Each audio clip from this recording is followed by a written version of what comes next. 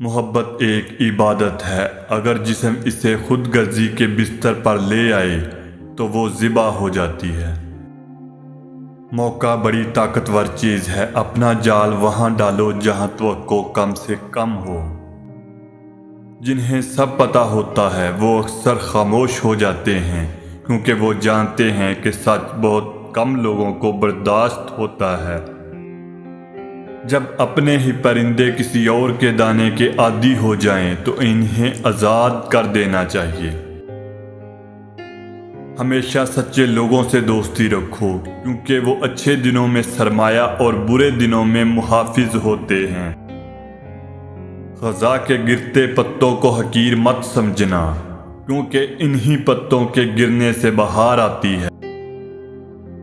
ہر وقت ہتھوڑی ہاتھ میں ہو تو مسئلہ کیل نظر آتا ہے۔ کڑوی زبان والے کا شہد بھی نہیں بکتا اور میٹھی زبان والے کا زہر بھی بک جاتا ہے۔ اگر آپ چاہتے ہیں کہ آپ کے خواب سچ ہوں تو پہلے آپ کو جاگنا ہوگا۔ 3 خوبیاں انسان کو باکمال بنا دیتی ہیں: ٹھنڈا دماغ، میٹھی زبان اور نرم دل۔ قابل رحم وہ شخص ہے جس کو مشورہ دینے والے جاہل ہوں۔ مرد کا امتحان عورت سے ہے اور عورت کا امتحان دولت سے ہوتا ہے۔ خاموشی عالم کا زیور اور جاہل کی جہالت کا پردہ ہے۔ بڑا غضب کا نظارہ ہے اس عجیب دنیا کا۔ لوگ سب کچھ بٹورنے میں لگے ہیں خالی ہاتھ جانے کے لیے۔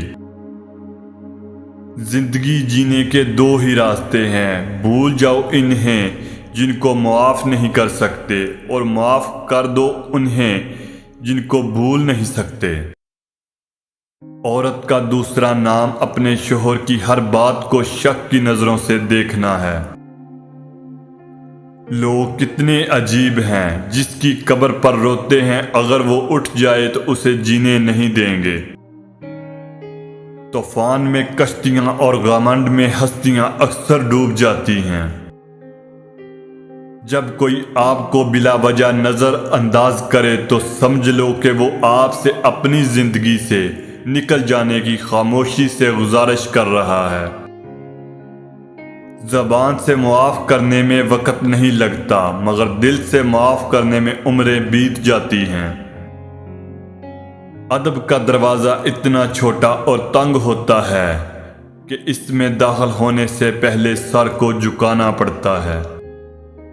کسی کو تم دل سے چاہو اور وہ تمہیں ٹکرا دے، وہ اس کی بدنصیبی ہے، تمہاری نہیں۔ حق کے راستے میں سب سے بڑی سختی یہ آتی ہے کہ انسان تنہا رہ جاتا ہے۔ وقت دکھائی نہیں دیتا مگر دکھا بہت کچھ دیتا ہے۔ ناکامی کامیابی سے زیادہ علم دیتی ہے۔ ناکامی آپ کے کردار کی تعمیر کا حصہ ہے۔ اگر کسی قوم کو جڑ سے ہی اکھاڑ پھینکنا ہو تو اس کی عوام اور فوج میں نفرت کے بیج بو دو۔